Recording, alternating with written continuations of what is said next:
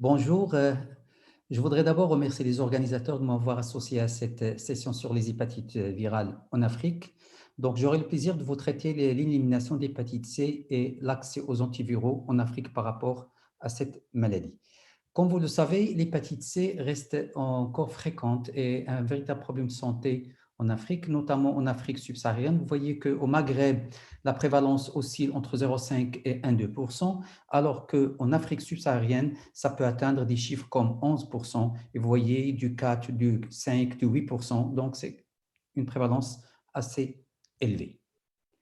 Par rapport au programme d'élimination en place en Afrique, vous voyez que sur les 15 pays qu'on a pu donc avoir des infos, vous voyez que 9 seulement ont un programme national d'élimination de l'hépatite C.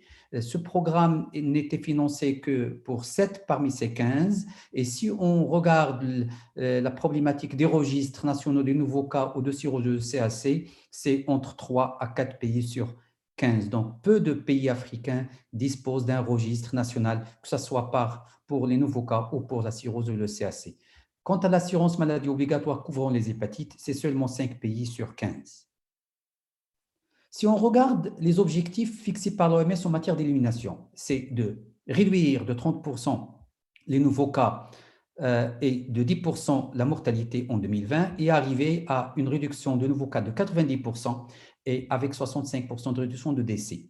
C'est un projet ambitieux. Maintenant, est-ce que cela est faisable en Afrique? Et si oui, comment doit-on y arriver?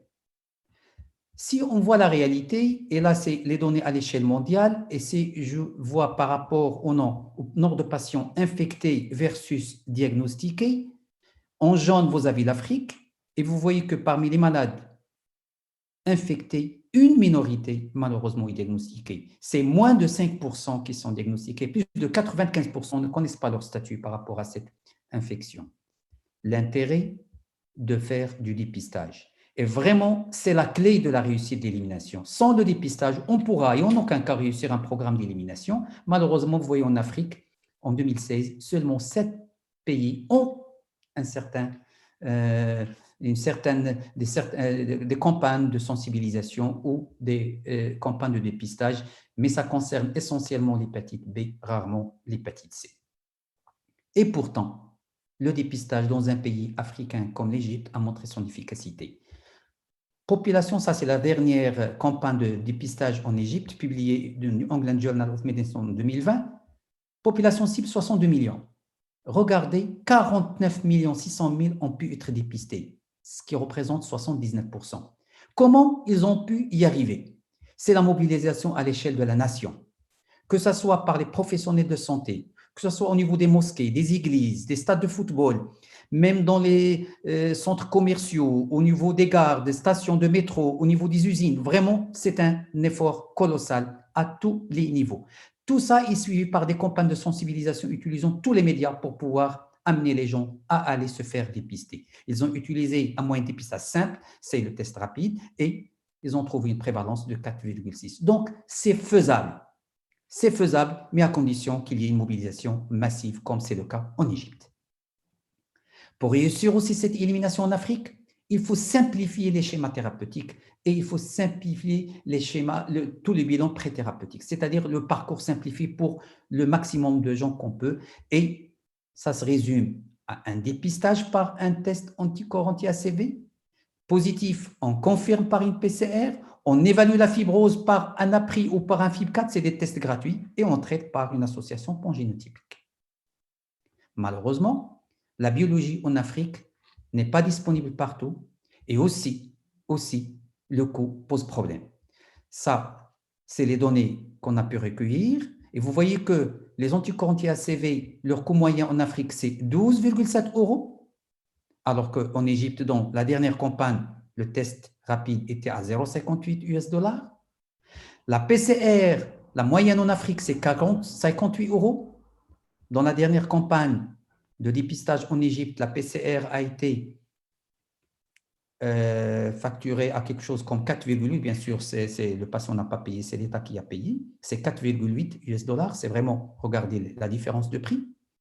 La prix et le FIB4 qui sont gratuits, malheureusement, ne sont pas utilisés dans beaucoup de pays africains et on utilise d'autres tests qu'on paye ou le FibroScan qui, malheureusement, donc, coûte relativement cher, 106 euros en Afrique, c'est une moyenne, avec une disparité entre les pays de 11 à 375, vous voyez, et il n'est pas disponible dans deux pays en Afrique, le Togo et le Tchad.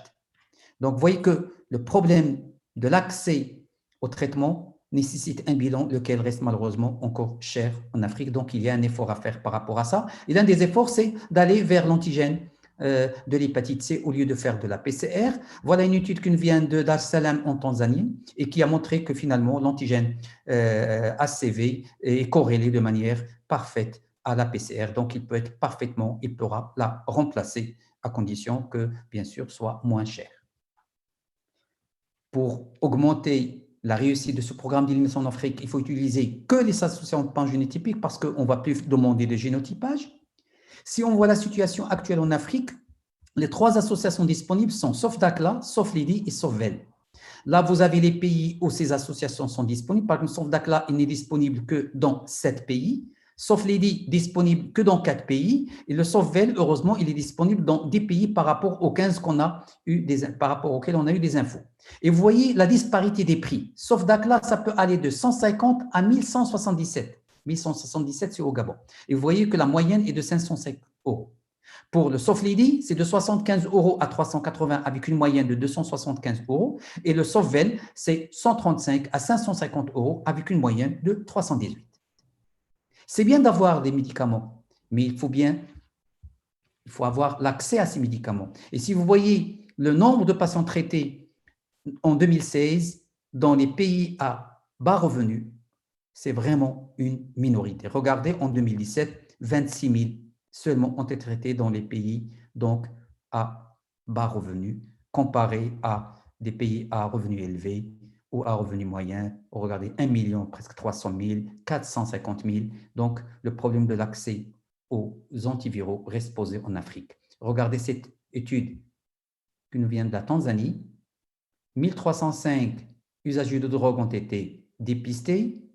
Ceux qui sont positifs et confirmés à la PCR étaient 116. Aucun n'a pu traiter tout simplement parce qu'il n'y a pas de médicaments disponibles.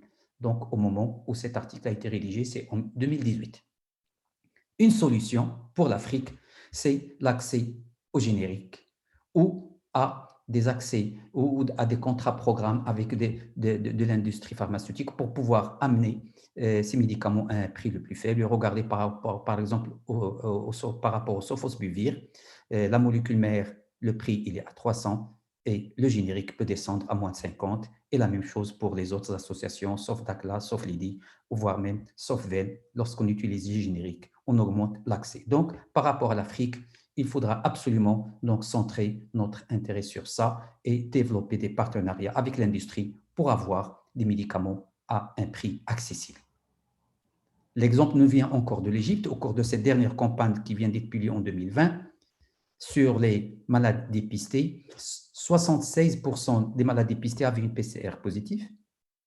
91 des personnes vérémiques ont pu être traitées. Vous voyez, 4 parmi les malades dépistés vérémiques, 91% ont eu un traitement, ce qui est quand même intéressant, avec une association pangénotypique CTC SOFDACLA.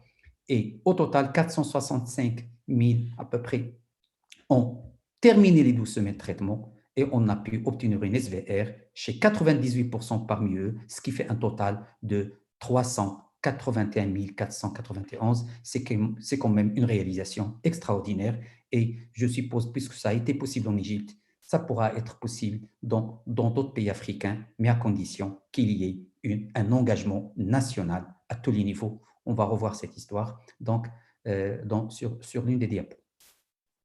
On pourra aussi améliorer et activer ce processus d'élimination en jouant sur la logistique et en utilisant les structures existantes. Il ne faut pas créer de nouvelles structures, mais essayer d'utiliser l'existant, notamment toutes les plateformes déjà existantes par rapport à la prise en charge du HIV. Ça a des avantages, ça a des risques, mais finalement, c'est une très bonne solution.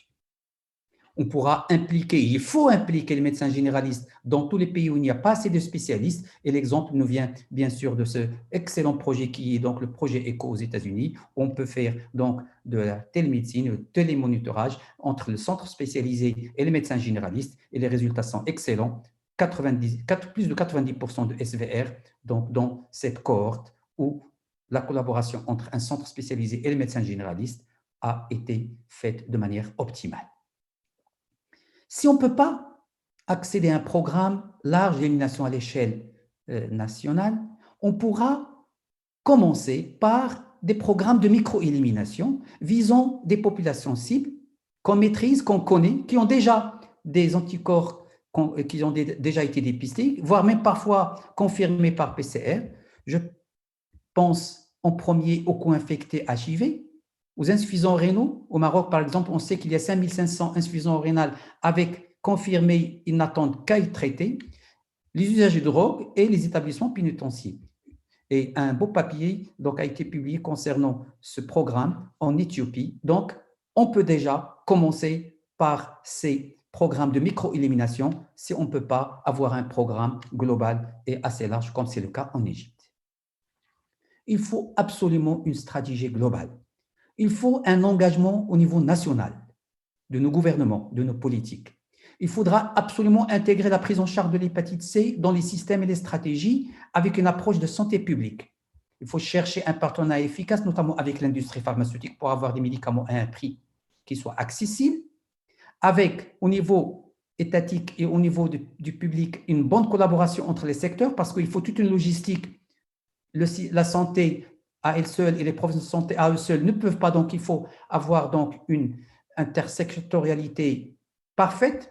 Et à la langue, il faudrait que tous nos pays africains mettent en place un système d'assurance maladie obligatoire couvrant les autres maladies et bien sûr les hépatites. Et vous voyez que ça va impliquer les gouvernements, les politiques, les professionnels de santé, l'industrie pharmaceutique, les ONG et l'association des patients. Un exemple nous vient d'Afrique, du Rwanda, où un programme a été mis en place avec toutes les composantes que je viens de citer. Il a été mis en place en 2019 et il est en cours de mise en place et il prendra, c'est prévu, donc 2024, avec tout a été fixé à l'avance et tout est préparé. Et c'est avec des programmes comme cela, où il y a un engagement de le gouvernement, du politique et de tous les citoyens qu'on pourra y arriver.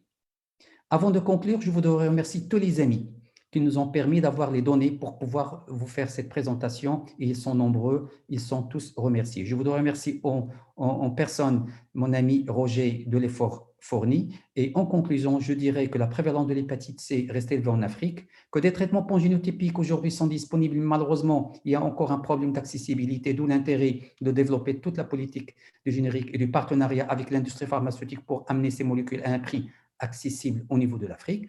Et il faudra absolument qu'il y ait une stratégie globale impliquant tous les intervenants avec comme axe principal la sensibilisation, le dépistage et le traitement par des associations pangénotypiques. Je vous remercie.